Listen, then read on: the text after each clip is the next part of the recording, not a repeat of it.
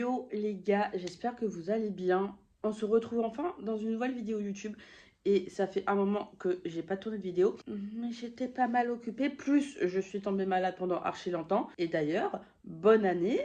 J'espère que vous avez passé de bonnes fêtes de fin d'année. Que cette nouvelle année va être aussi riche en émotions que l'année dernière. Ou en tout cas mieux que 2024 s'il vous plaît. Mais comme chaque début d'année, première vidéo sur les nouvelles séries que j'ai commencé l'année d'avant. Du coup, là, les nouvelles séries que j'ai commencé en 2024, en sachant que comparé aux années d'avant, j'ai commencé carrément beaucoup moins de séries. Pour vous dire, j'ai commencé que 3 nouvelles séries et 3 nouveaux animés. En sachant que dans tout ça, il y en a vraiment qu'une seule que pour l'instant j'affectionne. Sinon, le reste, je suis un peu en mode ouais, c'était pas si ouf que ça. Et il y a même un animé que j'ai pas continué et je sens qu'il y en a beaucoup qui vont sûrement râler en commentaire sur l'animé en question. Là, on va d'abord commencer par les nouvelles séries. Et la première, heureusement que j'ai noté parce qu'en fait, sinon, j'aurais complètement zappé que je l'avais regardée. Du coup, la série, ça s'appelle Smiley, bref. C'est une romance MM espagnole qui est sur Netflix. Sachez qu'en fait, vraiment, je pense qu'en fait, c'est une série que, genre, quand t'es vraiment KO, que t'as pas envie de réfléchir, c'est le genre de série que tu regardes. Et, genre, au jour d'aujourd'hui, moi, c'est pas une série que je re-regarderai actuellement. En fait, vraiment, j'ai très peu de souvenirs de cette série-là. C'est genre, clairement, il y a que, je crois, je sais même plus il y a combien d'épisodes, mais c'est une mini-série. C'est vraiment une toute mini-série. J'ai mon ordi à côté, du coup, je regarde. Comédie romantique espagnole en 8 épisodes de 30 minutes, donc c'est vraiment une petite série. Ah oui, voilà. En gros, c'est une romance MM où en fait, il y a eu une erreur de numéro de téléphone et en fait, de base, au début, les deux gars ne se supportaient pas, mais ils éprouvent de l'attirance l'un pour l'autre. En gros, le speech de la série, c'est ça. Personnellement, je l'ai regardé en VF parce que pour l'instant, je suis pas encore apte à regarder les séries en espagnol et je pense que justement, j'ai perdu mon espagnol. Donc moi, personnellement, c'est pas une série que je recommande. Mais voilà, si à un moment vous avez besoin juste d'une pause, vous pouvez la regarder. Mais personnellement, moi, c'est pas ma série de l'année. Ensuite, deuxième série, et c'est vraiment cette série-là que j'ai grave kiffé. Et j'ai mis 4 ans après tout le monde avant de la regarder parce qu'elle est sortie en 2020. Je vais la regarder. Et ensuite, il y a eu tellement de hype dessus que en fait, mon cerveau, il m'a fait non. Du coup, en fait, j'ai pas du tout regardé. Et cette année, je me suis dit, vas-y, parce qu'en fait, justement, en 4 ans, j'avais oublié cette série. Et là, je la regarde enfin. Du coup, la série, c'est Outer Banks. Du coup, on va suivre l'histoire du coup d'une bande de potes qui, du coup, vont partir en quête d'un trésor. Bon, ça, c'est un peu le speech de base. Mais sinon, pour être plus poussé, c'est juste que, du coup, le père de John B, du coup, qui avait un des personnages principaux, avec ses potes, est mort. Et du coup, John B, il va poursuivre le rêve de son père. Et du coup, il va partir à la recherche du coup, du trésor dont son père était en train de faire la recherche. Pour le moment, j'apprécie beaucoup. Je crois que la 5e saison, ça va être la dernière. Voilà, j'ai mis un peu de temps avant de la regarder. Je sais, je suis grave en retard, mais, je suis à jour. J'ai regardé les 4 saisons cette année. Enfin, l'année dernière, 2024, nous entendons parler évidemment. Du coup, celle-là, j'ai regardé genre septembre-octobre. Même si, en vrai, John B, c'est pas mon fan. Genre, je suis un peu en mode là. Ouais, bon, bref, je m'en fiche. Par contre, est-ce qu'on peut parler de Tchétché, s'il vous plaît? Voilà. Ne spoilez pas en commentaire. Ne spoilez pas en commentaire. Même s'il y a une grosse hype dessus, que je veux comprendre, quand j'ai vu, je fais ok. Et j'ai compris, comprennent Dido, le bail. Même s'il y a des moments, je pense, après la saison 1 et 2, j'ai un peu mal là.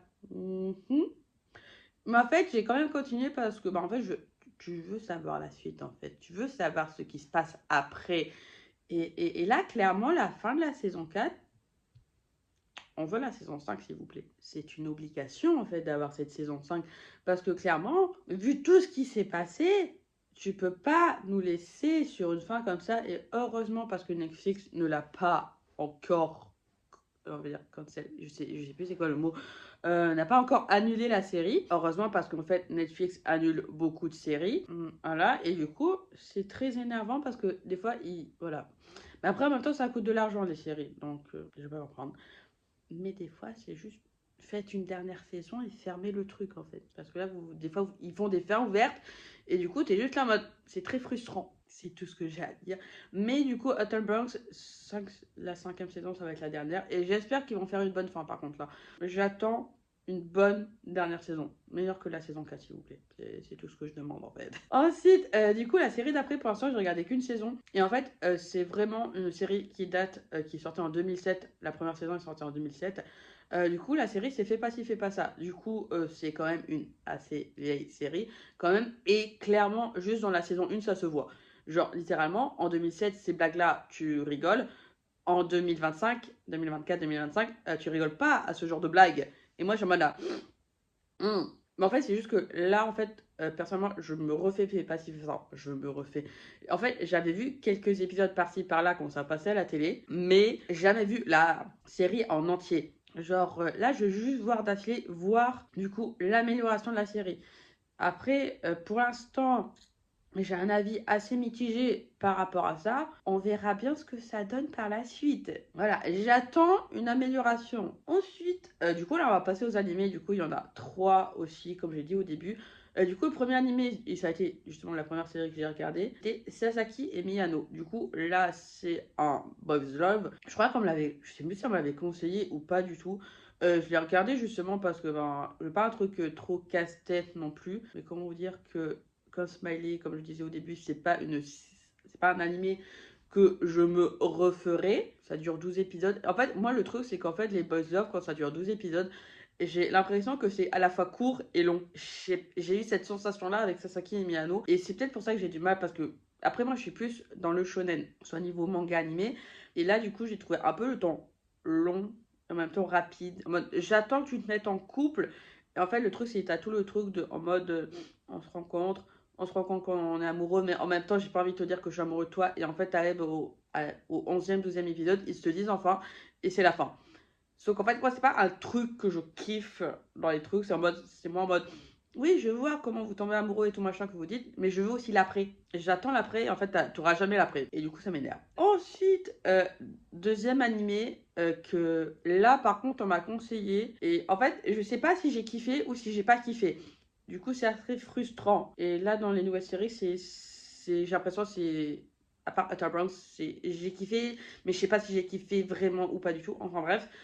Là, l'animé, c'est No Game No Life. Du coup, là, c'est un pote qui m'avait conseillé, genre carrément en 2021.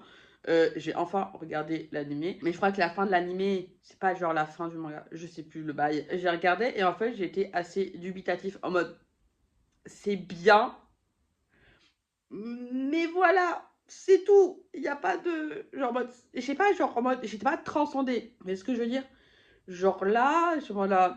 Ouais, enfin, c'est bien, mais il y a mieux, quoi. C'est tout. No Game No Life, pour vous expliquer, je pense que c'est un seinen, si je me trompe pas. En plus, c'est sorti en 2014. Série de light novel. 12 volumes. Il y a 12 volumes. Non, non, non. Ah, il y a eu un film. Ah oui, c'est vrai qu'il y a eu un film d'animation que j'ai pas regardé parce qu'en fait, justement, vu que l'animé en soi, je l'ai pas. Enfin, j'étais pas transcendée, bah en fait, j'étais un peu en mode. Ouais. Du coup, on va essayer de faire un résumé rapide de ça parce que je pense que tout le monde va être en mode c'est connu mais je connais pas. Du coup, on va suivre l'histoire d'une frère et d'une sœur qui sont fans de jeux vidéo et en fait, ils détestent tellement en fait être euh, dans le monde réel qu'en fait ils se renferment chez eux et ils jouent tous les deux ensemble. Et du coup ils apprécient que la présence l'un de l'autre. S'ils sont séparés, ils sont pas bien. Ils sont super forts aux jeux vidéo, tout ça machin. Et un jour ils vont se faire battre par du coup un inconnu. Ils savent pas vraiment qui c'est. Et du coup en fait cet inconnu leur propose de du coup carrément rentrer dans le monde des jeux si on veut, un truc comme ça, un bail comme ça. Et du coup, ils vont y aller et du coup, ils vont devoir battre tout le monde pour ensuite obtenir le titre de dieu unique dans ce monde-là, dans le monde des jeux. Je sais pas, je pense qu'ils ont gagné à la fin, mais je connais pas la fin du coup. Voilà, parce qu'il y a qu'une saison. Et bref, voilà. Et je m'étais dit, ouais, je vais peut-être finir en manga. Mais en fait, je crois que je vais pas le faire parce qu'en fait, vu que je suis pas vraiment hyper méga transcendée par. J'ai pas été vraiment hyper méga transcendée. Bah voilà. Du coup, en fait, si vous voulez vraiment la fin, c'est pas moi qu'il faut demander parce qu'en fait, je veux pas la savoir, la fin. Et c'est très bizarre par rapport à ce que j'ai dit par rapport à Netflix. Mais Netflix, c'est pas pareil. C'est que là, No Game No Life, vous avez les mangas pour savoir la fin. Et sinon. Le dernier animé que j'avais commencé, que j'ai pas fini et où je vais vraiment recevoir, je pense, pas mal de commentaires par rapport à ça, c'est Fairy Tail. Où, en gros, je sais que Fairy Tail, il y a les gens qui aiment, il y a les gens qui détestent. Moi, c'est pas que je déteste, en fait, Fairy Tail. En gros, c'est-à-dire que Fairy Tail, pour moi, je le fais un peu en mode, c'est vraiment une série, enfin, un animé, où, en gros, t'es obligé de regarder. Limite, voilà, enfin, pas t'es obligé de regarder, mais en gros, le bail, c'est que. Bah, c'est sûr que si c'est grimace sur internet, ça va pas faire le bail en fait. Parce qu'en gros, en fait, moi je m'entendais parler de Fairy Tail, un peu comme j'entendais parler de Dragon Ball, Bleach et tout. Genre en mode, on me disait Fairy Tail, machin, nanana, sans me dire de quoi parler Fairy Tail. Du coup, ça fait que moi je suis partie d'un principe de base qui était faux, c'est-à-dire qu'on allait suivre Natsu et qu'il était vraiment genre un peu en mode de base au premier épisode comme Naruto et que du coup on allait suivre sa progression. Alors qu'en fait, pas du tout, c'est pas ça de base. Et en fait, c'est-à-dire qu'en fait, on commence l'animé avec un Natsu qui est déjà super fort, que ses potes sont tous super forts, à part Lucie, et que du coup, en fait, on va suivre l'histoire de Lucie, Natsu et tout, que du coup, et on faire des quêtes, et t'es là, ouais, ok. Et en fait, au début, je me suis dit, ok, d'accord, je découvre le machin, nana, Fairy Tail, c'est une école de magie, ok, Lucie rentre dedans, machin, blablabla. Et du coup, elle fait la rencontre de Natsu, de machin, de bidule, le truc, et ils font des quêtes, et machin. Le truc c'est qu'en fait, j'ai. Au bout d'un moment, je me suis dit, je vais savoir l'objectif de l'œuvre. Et du coup, c'était vraiment en mode, j'aime bien, puis j'aime plus, puis j'aime bien, puis j'aime plus. Je suis arrivée dans un arc où je me suis dit, ok, ça a l'air cool et tout, machin. Du coup, avec Grey, parce que je sais pas pourquoi je suis fan du personnage de Grey, mais après, je suis revenue à j'aime plus. Et du coup, je me suis arrêtée à l'épisode 30. Et ensuite, j'ai parlé avec un pote, je suis fait Fairy Tail et tout, machin, j'arrive pas, j'ai du mal et tout. Il fait non mais t'inquiète, tu regardes ces deux épisodes et après ça avance. J'ai regardé les deux épisodes, j'étais pas très en mode non ça m'a encore moins hypé en sachant que ça faisait quand même un mois que je m'étais arrêté quoi. Je regardais les épisodes, j'étais pas dans la hype, j'ai arrêté et en fait là ça doit faire depuis l'été 2024 que je n'ai pas continué Fairy Tail. Voilà. Et du coup, en fait, Fairy Tail, après 32 épisodes, je ne comprends pas l'objectif de l'œuvre. C'est-à-dire qu'en fait, je vois pas où l'auteur veut nous emmener à la fin. Et moi, j'aime bien, genre, savoir où l'auteur veut nous emmener, à peu près. Genre, pas forcément dans les grandes lignes, mais en gros, voilà. Là, clairement, je vois rien. Genre, dans Naruto, tu comprends vite fait en, allez, 2-3 épisodes, que Naruto veut devenir Hokage. Ok, tu veux devenir chef du village. Ok, d'accord, ok, oui. Comment il va faire pour y arriver? Voilà, One Piece, dans le premier épisode, tu comprends que Luffy veut devenir roi des pirates. Ok, d'accord, cool, bien, nickel, ok. Fairy Tail, j'ai toujours pas compris. Donc, soit j'étais juste pas réveillée quand je regardais les épisodes et voilà, soit clairement je suis juste con. Mais clairement, je n'arrive pas à savoir. Et ça me frustre légèrement. Et je sais qu'il y en a quand même pas mal qui aimaient, enfin qui ont aimé. Il y en a plein qui m'ont dit, quand j'avais demandé sur Fred en mode Fairy Tail et tout, c'est quoi votre avis, machin, nana. Il y en a plein qui m'ont dit, regarde et fais-toi ton avis, mais perso, j'apprécie énormément l'œuvre. Et je peux comprendre que les gens apprécient l'œuvre de Fairy Tail, mais personnellement, je n'y arrive pas. Voilà. Et je suis désolée, mais voilà, c'est juste. J'ai essayé, hein, j'ai tenté. Peut-être que en vrai, je pense que si j'avais été beaucoup plus jeune, c'est-à-dire que si je l'avais regardé genre quand j'avais 8-9 ans, je pense qu'en fait j'aurais kiffé. Mais là, je pense qu'en fait c'est juste. C'est plus trop ma hype. Voilà. Mais je peux comprendre que les gens aiment. Je sais pas, j'ai pas encore commencé de nouvelle série là pour 2025, donc je sais pas trop ce que ça va donner pour la première vidéo de 2026.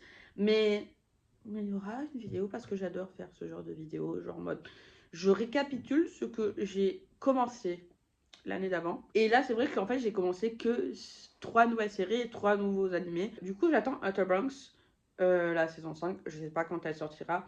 Et d'ailleurs, je pense que quand la saison 5 sortira et que j'aurai regardé de Outer Banks, je pense que je vous en ferai une vidéo. Et voilà, d'ailleurs, dites-moi, vous, à peu près, la nouvelle série que vous avez commencé en 2024 et que vous avez kiffé. Voilà, dites-le moi en commentaire, s'il vous plaît. Et on va terminer cette vidéo là-dessus. Et moi, je vous dis encore une nouvelle fois bonne année et meilleurs vœux. Et j'espère que 2025 sera meilleur que 2024. Voilà. Peace!